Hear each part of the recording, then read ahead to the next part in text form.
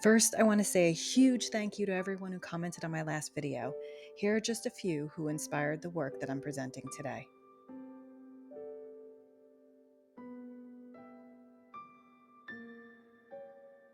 Today, we're going to talk about some of the many, and I mean many, loves that our boy Link has had. Let's revisit our lovely, patient, and ever so kind Princess Ruto. That was sarcasm for those of you who didn't pick up on it.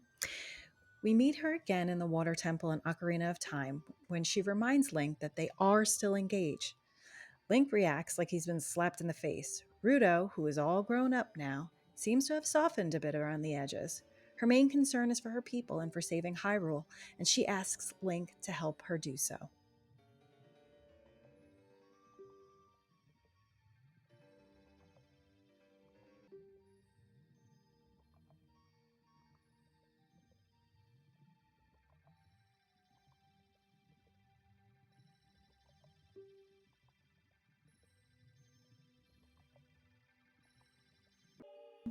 Once Link has defeated the Water Temple, yes, I know this temple is a true fan favorite, also sarcasm by the way, Ruto says that while she would like to offer Link her eternal love, she must now play her role as a sage and guard the Water Temple.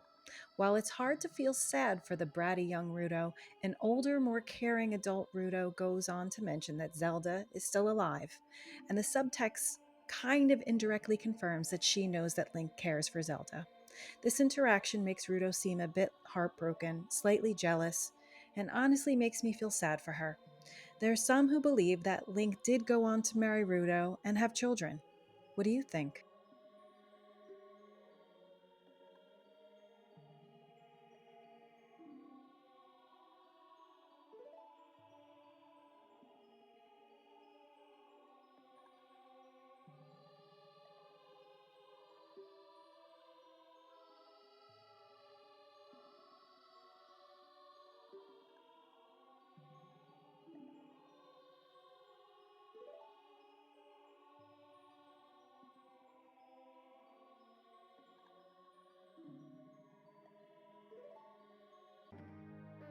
Our next lovely lady is Nabooru, a Gerudo thief we meet upon entering the Spirit Temple in Ocarina of Time. She asks Link to help her find her silver gauntlets. She questions him about his loyalty, then tells him if he does what she asks, she'll promise him something good in reward.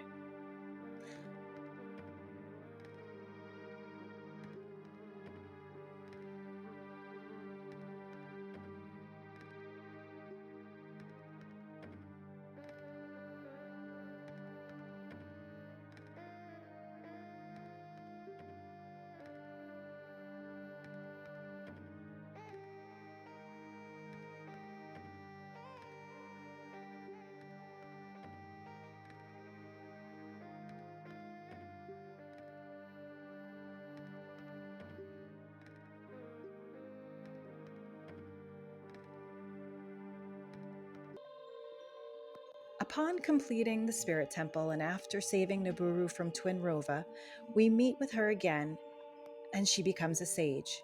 She tells Link how handsome and impressive he is, and then goes on to refer to the promise that she made and how she regrets not giving it to him. I can take a guess as to what she's referring to, but I'd love to hear your thoughts.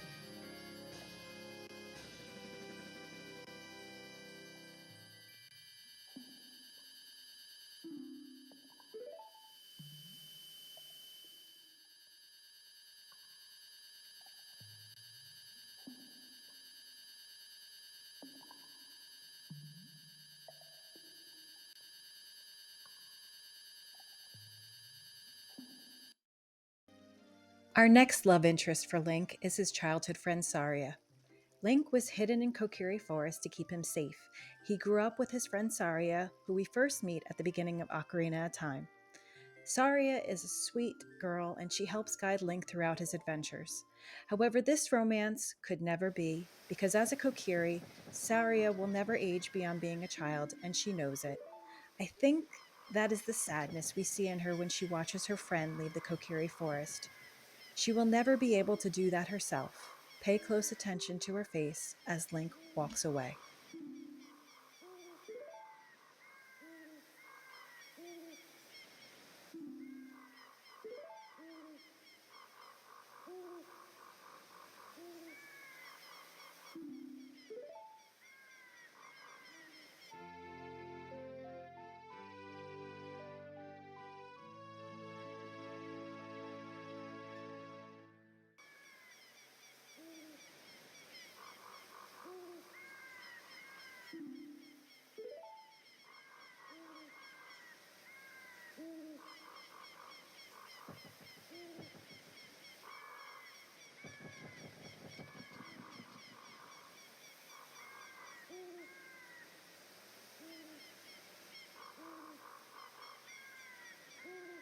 I could easily do an entire video on Malon. There is so much theory and so many hints throughout the several games. For now, we will touch on a few.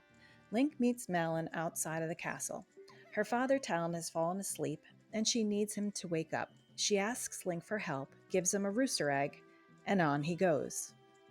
The next time Link sees Malon is when he visits her home on Lon Lon Ranch, where she introduces him to Epona and teaches him the song to call her.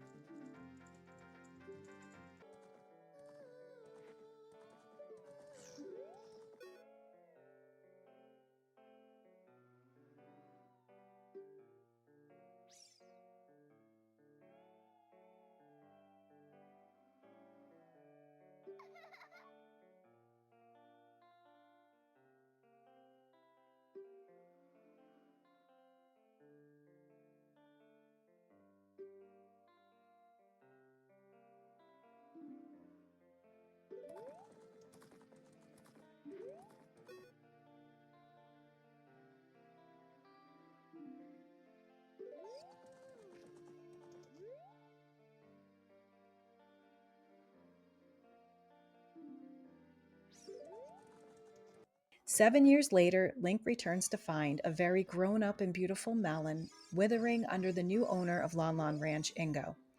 Ingo has pledged his loyalty to Ganondorf, and Malon tells us that she must do everything he says or he will hurt the horses. It is so sad to see how resigned and hopeless Malon has become when only 7 years earlier she was a lovely, happy child. Malon and Link have been considered the most likely romance to have actually happened. Some theories include Malon and the Hero of Time having children, one of whom is the Hero of Twilight and the other is Marin. I would love to hear your thoughts. Is this your favorite union for Link, or do you have another?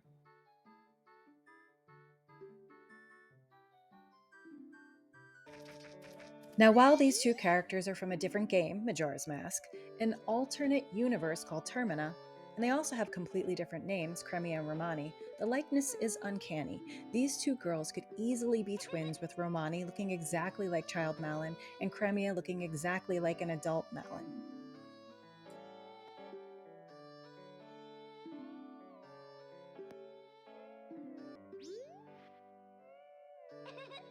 Link is yet again taught Epona's song by little Romani, a nod to Ocarina of Time and our friend Malon. He then goes on to help the girls with several tasks that include saving their cows from aliens and keeping thieves from robbing their deliveries. A private conversation that Link later has with Romani reveals that Cremia has a friend in town. Romani offers Link her bed for him to stay with them. Cremia and Romani ask Link to be their bodyguard and stay at the ranch with them. Since Terminus days are numbered, literally, Link has to move on and leave the girls behind.